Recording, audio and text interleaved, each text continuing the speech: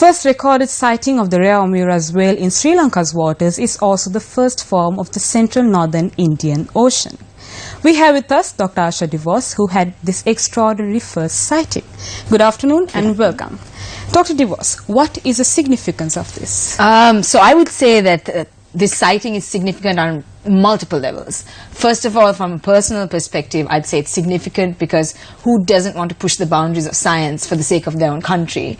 Secondly, as Sri Lankans, I mean, this is incredible. We get to add another whale to our list. It reminds us that we live in one of this teeming ocean basin, probably the most understudied ocean basin in the world, and there is still so much to find out. And on an international level, this species was only described back in 2003, which is very recent. Yeah. And, you know, every piece of information we find out about it is like another piece of a jigsaw. So now, based on this, you know, in the past, we've known that they've been in the South Atlantic, the Eastern Pacific, and in the Eastern Indian Ocean and the Western Indian Ocean, but nothing about what goes on in between. So scientists believe that this population was actually broken up and there were just two separate populations. But now, with this sighting in the central northern Indian Ocean, we think, well, maybe it's all connected. Maybe they're just moving around the area. So little bits of information, big news. This is not a daily occurrence. You don't get to see these kind of things every day. How excited were you? What did you feel?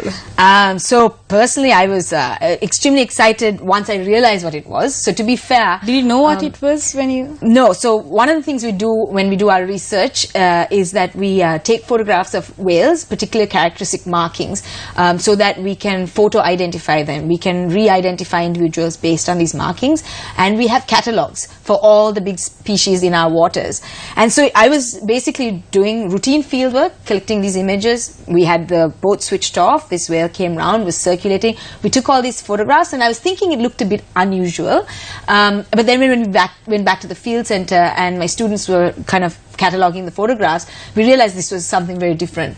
And then I started to see the very characteristic markings. So generally, you know, if you look at a Bridie's whale, which is very commonly seen in Sri Lankan waters, it's a small-sized whale. And sometimes people confuse Bridie's whales for this particular species. Bridie's whales are completely black. So they have no real markings on their bodies and stuff. Whereas this Omura's whale, incredible. It's really beautiful because it's got a very light underjaw on the right side, but on the left side it's black. On its back, it's got these beautiful patterns that are very characteristic of this species. So there's a lot of different characteristics we started to find, and of course at that point it was incredibly exciting. The sighting was in February, but then it had to go through scientific verification, publications, before we could actually tell the world. And so the news is hot off the press right now, which is great. It was terribly hard to keep a secret, but I'm so glad that we can now share it with Sri Lankans and the world. Recently, we witnessed a very unusual activities in the northeast. Stranded whales. What did you think was the reason? So, stranded whales is a very tricky subject. One of the things is that pilot whales, which is the species that's stranded, tend to be a species that has a tendency to strand. Say in New Zealand and in Western Australia, there are lots of records of pilot whale stranding. And now, one of the trickiest things about stranding is you can't test it. You can't see what caused it because then you're probably going to kill these whales, right? So we have theories as scientists. One of the main theories is these are essentially, you know, pilot whales are large dolphins. They are very social. They move around in large groups.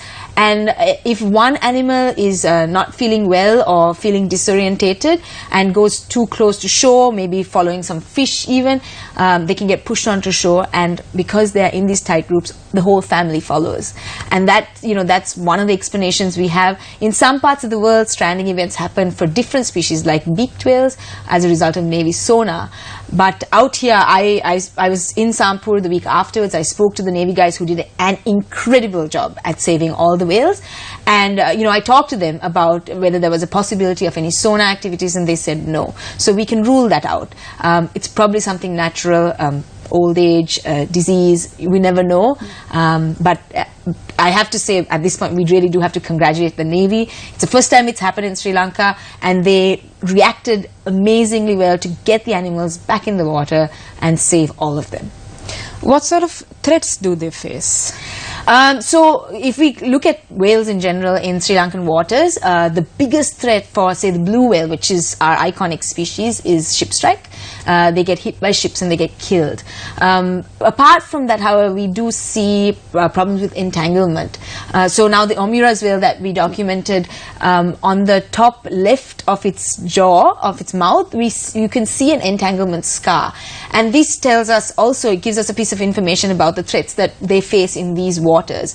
Now, we know that Omuras do get entangled in fishing nets of, say, Thailand, but now we know it's also a problem in our waters. So something for us to really consider and think a bit about.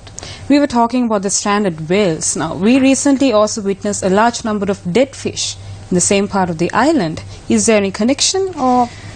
No, it just happens to be coincidence. There are lots of different reasons for dead fish. I know Nara has done some work on the reasons.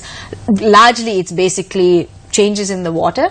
Algal blooms, algae tend to photosynthesize because they're plants. They suck up a lot of the oxygen, and as they grow, and so as a result, you have a decrease in oxygen, and the fish therefore can't survive. So that's really one of the big problems, one of the reasons. And fish kills do happen around the island from time to time. Sometimes, however, we do see large masses of dead fish on beaches in Sri Lanka.